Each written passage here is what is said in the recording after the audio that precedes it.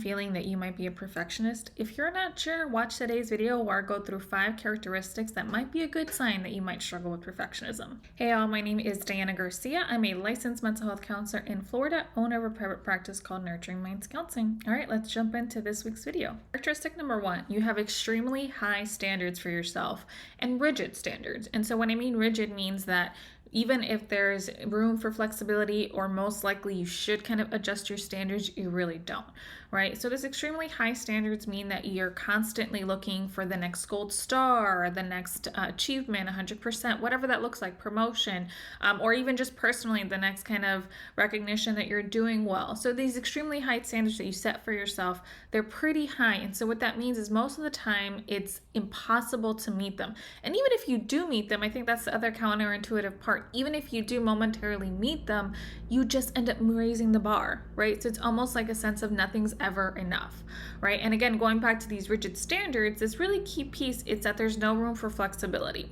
So on one hand, having standards or high standards isn't necessarily a bad thing in and of itself, but it's when it becomes really rigid and there's no room for flexibility regardless of like other circumstances, or if they're just not reasonable. Hit like right now to let me know that you recognize that maybe some of your standards are a little bit unreasonable. All right, characteristic number 2, this intense fear of failure. And so when I say intense fear, I mean like clearly most of us don't like to fail. I think that's a given. But I'm talking about this really intense fear that really tends to dominate your behaviors, which will lead to sign number 3. But going back to this sign, that can be like fear of making mistakes. And that can not even be like big mistakes. It can just be like minor mistakes that really don't feel as significant, but there is still a fear of making a mistake. It can be fear of rejection.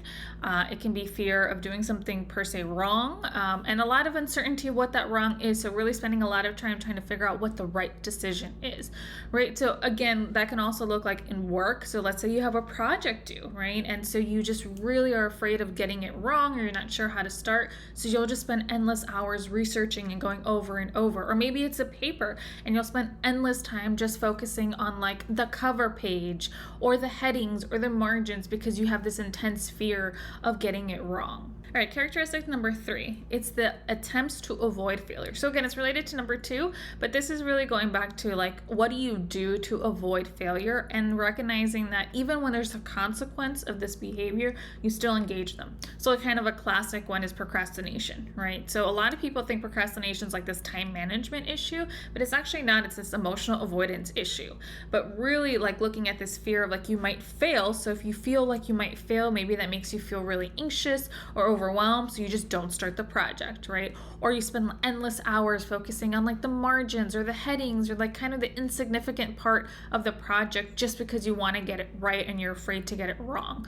And so recognizing that there is a consequence to engaging in these behaviors, right? Another of fear of avoiding failure is that you maybe don't take risks. So you don't pursue the things that really matter to you. So maybe you get offered a promotion, but this promotion involves way more like public speaking or managing people or meetings with like kind of the bigwigs in the company. But because of this fear of getting it wrong or this fear of failure, you don't take the promotion, right? So there's a consequence and a cost to engaging in these behaviors. And that's the other piece, that even though there is a cost, you still engage in the behaviors. You still try to avoid because you're so afraid of failing. All right, the next characteristic is you tend to be highly critical of yourself. So a lot of self-criticism here, right? So just thinking about like across the board in different areas of your life, you can be critical about how you perform at work, how you're doing at home, either as a parent, as a child, as a partner, that regardless, that you tend to really hone in on the things that you're doing wrong. And that can look like focusing on past failures. So if you've messed up in the past, your mind will remind you of all the things that you've done wrong and messed up.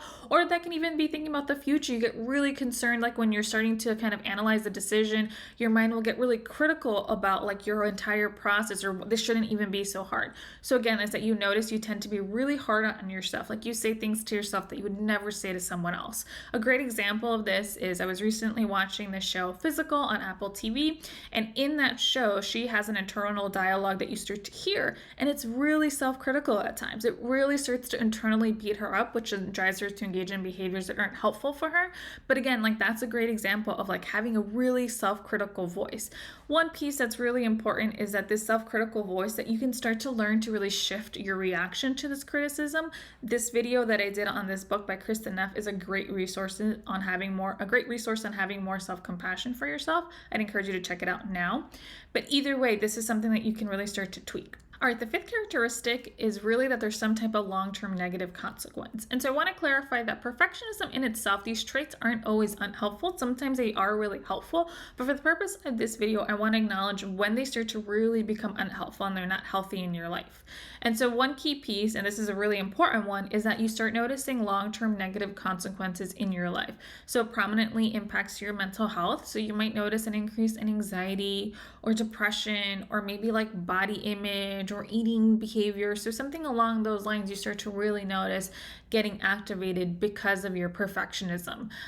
This other key piece is that maybe you start to notice impacts in your relationship. So maybe some of your perfectionistic tendencies start to show up in your relationship with others, and that can cause some discord or difficulties, especially if you struggle to be a little bit more flexible. The other part is maybe there's a lack of like room for like rest and play, because if you're the type of perfectionist that really focuses on the outcome, the next achievement, you don't really build in that time for yourself. So that could lead to burnout, exhaustion, again, this impact on your mental health.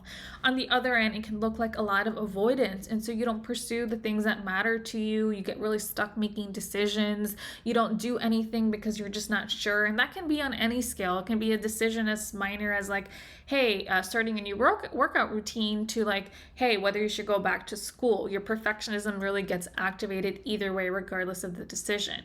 Again, it can also look like impacts to your health, whether that means you become too exclusively focused on like health outcomes and burn yourself out and engage in unhealthy behaviors, or vice versa. Maybe you do a lot of avoidance and don't pursue the health behaviors that are important to you because of some of this perfectionism. Again, the key piece here is that there's some type of negative consequence, and yet some of these perfectionist behaviors continue.